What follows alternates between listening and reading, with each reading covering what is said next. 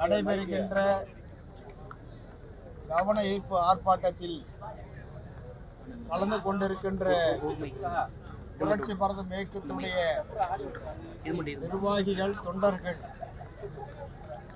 இந்த போராட்டம் ஏன் நடக்கிறது, எதனால் நடக்கிறது என்றால், தமிழகம் முழுக்க பட்டியலின மக்களுக்கு பாதுகாப்பு இல்லாமல் பல்வேறு மாவட்டங்களிலே தொடர்ந்து தாக்குதலுக்கு உள்ளாக்கப்படுகிறார்கள். குறிப்பாக நெல்லை மாவட்டம், மதுரை மாவட்டம், சிவகங்கை மாவட்டம், புதுக்கோட்டை மாவட்டம், கிருஷ்ணகிரி மாவட்டம் போன்ற மாவட்டங்களிலே ஆணவத்தின் உச்சிக்கே சென்று தீண்டாமை, வன்கொடுமை மிக இந்திய துணை கண்டத்திலேயே தமிழகத்தில்தான் அதிகமாக இது போன்ற கலவரங்கள் நடந்து கொண்டிருக்கின்றது. எத்தனையோ மாநிலங்கள் மதவெறி, சாதிவெறி இருந்தாலும் அதையெல்லாம் முறியடித்து அதிகமாக இந்த ஆணவ கொலைகளும், தீண்டாமைகளும், வன்கொடுமைகளும், சாதி ஆணவ போக்குகளும் தமிழகத்திலே தான் நடக்கிறது.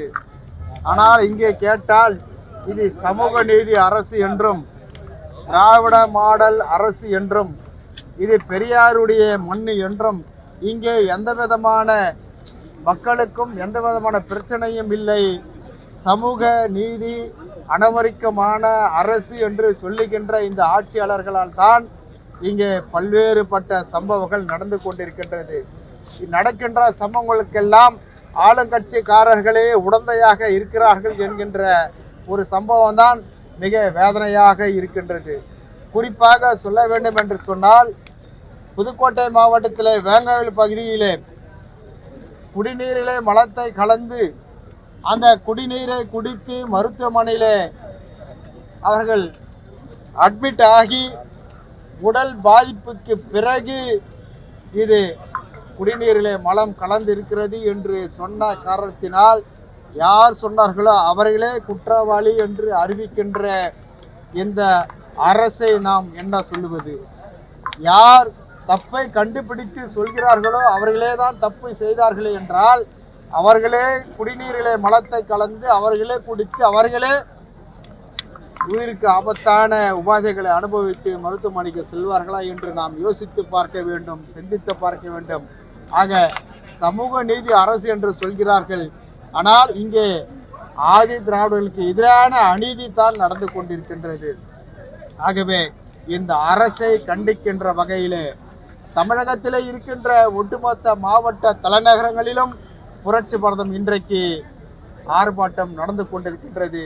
தமிழகம் தழுவிய, தமிழகம் முழுவதும் நடக்கின்ற இந்த கண்டன ஆர்ப்பாட்டம், கவன ஈர்ப்பு ஆர்ப்பாட்டம் அரசினுடைய காதுகளுக்கு செவி சாய்க்க வேண்டும் என்று கோட்டையினுடைய கதவை தட்டுவதற்கு இந்த போராட்டம் நடந்து கொண்டிருக்கின்றது. ஆகவே பட்டியலின மக்களுக்கு இந்த அரசு பாதுகாப்பை முறையாக வழங்க வேண்டும். இனிமேல் எந்த ஒரு பட்டியலின மக்களும் தமிழகத்தில் எந்த மூலையிலும் பாதிக்கப்படக்கூடாது என்றுதான் புரட்சி பாரதம் இங்கே இந்த போராட்டம் நடத்தி கொண்டிருக்கின்றது. தொகுதி மறுசீரமைப்பு மத்திய அரசு இப்ப கொண்டு வந்தது மக்கள் தொகையின் அடிப்படையில இந்த விஷயத்தை எப்படி பாக்குறீங்க? அதாவது ஒரு காலத்துல மத்திய அரசே மக்கள் தொகையை கட்டுப்படுத்துறதுக்கு ஒரு திட்டம் கொண்டு வந்தாங்க. அது காங்கிரஸ் அரசுன்னு நினைக்கிறேன், இந்திரா காந்தி அம்மையார் இருக்கும்போது. அப்போது 2 குழந்தைகள் மேல் பெற்றுக்கொள்ளக்கூடாதுன்னு சொன்னாங்க. அதுக்கப்புறம் ஒரு குழந்தைக்கு மேலே பெற்றுக்கூடாதுன்னு சொன்னாங்க. அதுக்கப்புறம் குழந்தையே பெற்றுக்கு வேணாம், உனக்கு நான் குழந்தை, எனக்கு நீ குழந்தைன்னு சொன்னாங்க. ஆனால் இது போல் சொன்னதுனால தான் தமிழகத்தில் மக்கள் தொகை கட்டுப்படுத்தினாங்க. ஆனால் இதே வட மாநிலங்களில் இந்த கட்டளையை, இந்த அரசினுடைய ஆணையை யாரும் பின்பற்றலை. அங்கே 4 குழந்தை 5 குழந்தைன்னு பெற்றுக்கினாங்க.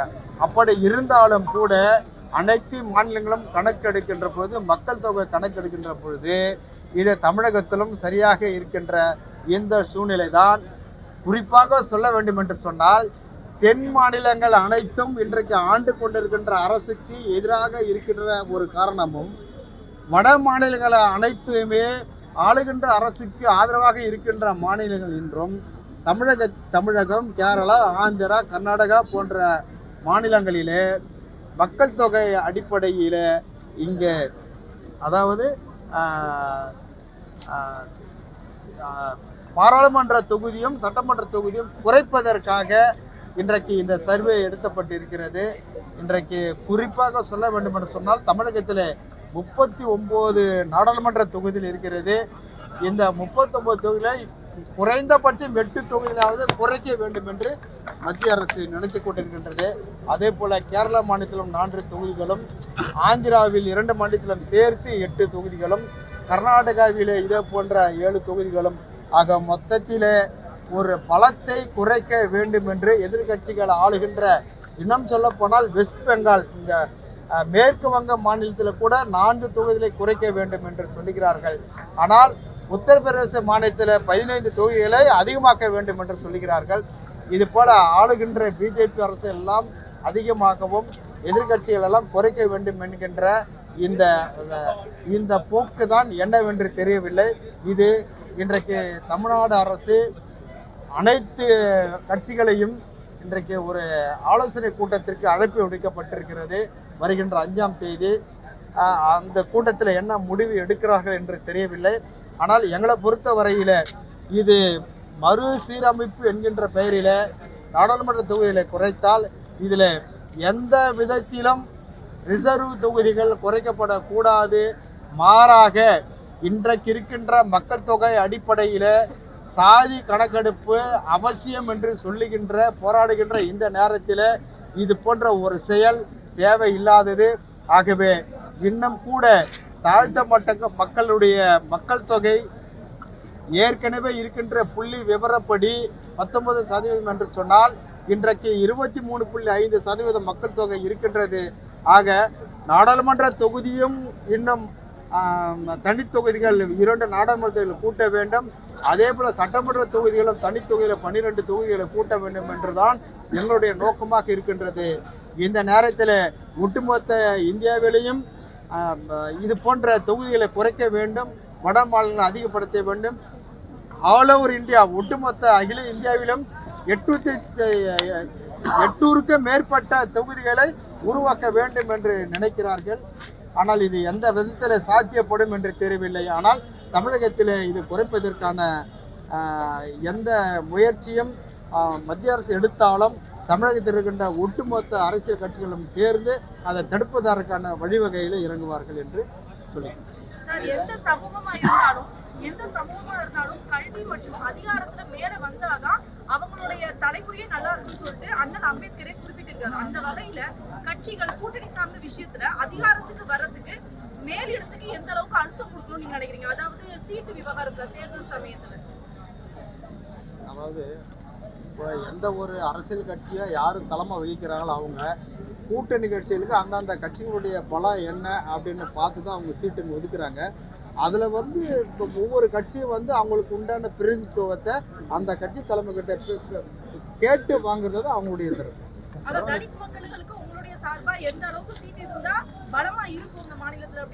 அதாவது தலித் கட்சிகள் இங்கே பல கட்சிகளாக பிரிந்து இருந்தாலும் இன்றைக்கு இப்போ உதாரணத்துக்கு நான் சொல்கிறேன், இப்போ நான் அதிமுக கூட்டணியில் இருக்குன்னு வச்சுங்களேன், தேர்தல் வர நேரத்தில் கூட்டணிகள் எப்படி ஒன்றாலும் மாறலாம், இருக்கிற சூழ்நிலை பொறுத்து தான். ஆனால் எப்படி இருந்தாலும் எங்களுடைய தகுதிக்கு ஏற்ப ஒரு 5 தொகுதிக்கு மேலே தான் நாங்கள் கேட்போம். கண்டிப்பாக வட மாவட்டங்களில் நாங்கள் தேர்தலில் நிற்கிறதுக்காக நாங்கள் முயற்சி. அதாவது இது எந்த காலத்திலும் இல்லாத அளவிற்கு மத்திய அரசு இந்த முறை மும்மொழி கொள்கையை ஏற்றுக்கொண்டால்தான் தமிழகத்தினுடைய நிதியை நாங்கள் கொடுப்போம் என்று சொல்றது இது உண்மையாக இது ஏற்றுக்கொள்ளப்படாத விஷயம் தான். இது தமிழகத்தில் இருக்கின்ற அனைத்து அரசியல் கட்சிகளும் சின்ன சின்ன அமைப்புகளாக கூட இதுக்கு எதிர்ப்பு தெரிவிக்கிறாங்க. அதாவது யாருமே ஒருத்தர் கட்டாயப்படுத்தக்கூடாது. அது அவங்க விரும்பி படிக்க வேண்டிய பாடங்களை கட்டாயப்படுத்துறதுனால எந்த விதமான பிரயோஜனமும் இல்லை. அதனால் நிறைய எல்லாருக்கும் தெரியும், தனியார் பள்ளிகளில் மொழி இருக்குது. அதாவது ஹிந்தி, இங்கிலீஷு, நிறைய மொழிகள், அந்நிய மொழிகள் நிறைய இருக்குது. அதனால விரும்பி படிக்கிறது வேற, கட்டாயப்படுத்துறது வேற. அதனால அரசு கல்லூரிலாம் வந்து அதை கட்டாயப்படுத்தக்கூடாதுன்ற மாதிரி தமிழக அரசு நினைக்கிறாங்க. தமிழக அரசு மட்டுமில்ல, இங்க இருக்கின்ற பெரும்பாலான கட்சிகள் அதை நினைக்கிறாங்க.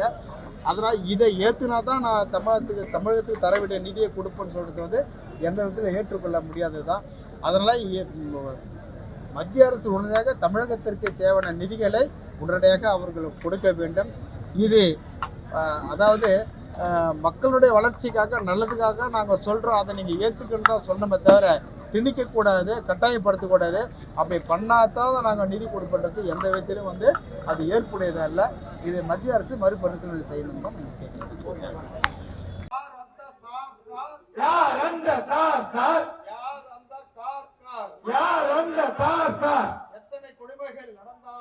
எத்தனை கொடுமைகள் நடந்தாலும் எங்க மௌனம் எதிலும் மௌனம். தமிழக அரசே, திமுக அரசே, மௌனம் காப்பது எதனாலே? திராவிட மாடல் திமுக அரசே, பதில் சொல்லு, பதில் சொல்லு,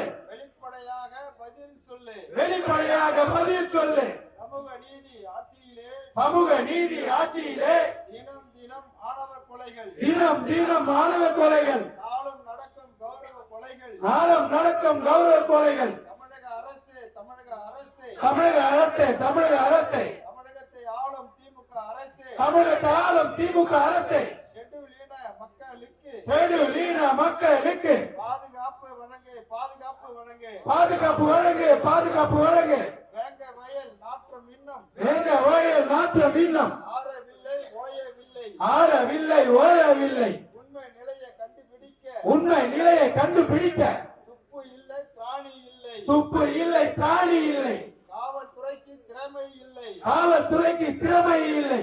புகார் கொடுத்த மக்கள் மீது வஞ்சகம் மீது பழி சுமத்தும் கேடு கெட்ட அரசின் செயலை கண்டிக்கின்றோம்.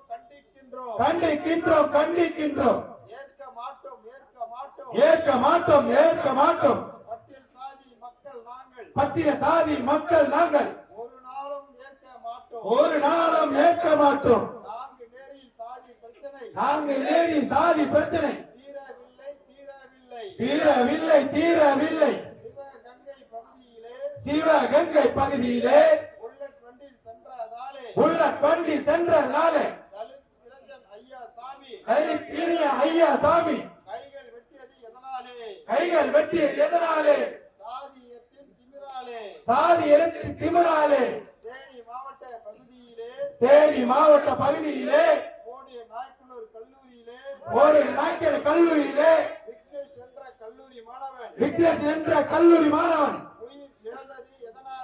உயிர் இழந்தது எதனாலே?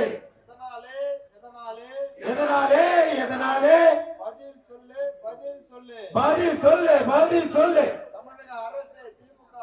தமிழக அரசே, திமுக அரசே, பதில் சொல்லு. திராவிட மாடல் ஆட்சியிலே சாதி வெறி கலவரங்கள் அதிகமாச்சு, பெருகி போச்சு. நியாயம் வேண்டும், நீதி வேண்டும். வேங்க வயல் சம்பவத்திற்கு சிபிஐ விசாரணை வேண்டும். தமிழக அரசே, திமுக அரசே, உத்தரவிடு. சிபிஐ விசாரணைக்கு உடனடியாக உத்தரவிடு. பாதுகாப்பு கொடு. பட்டியலின மக்களுக்கு பள்ளிக்கூடம் வகுப்பினிலே பாலியல் பலாத்காரம் பெருகி போச்சு. குழந்தை என்ன, குமரி என்ன, கிழவி என்ன. பலாத்காரம் பெருகி போச்சு. பல்கலைக்கழக வளாகத்திலும் காம கல்யாணம் பெருகி போச்சு.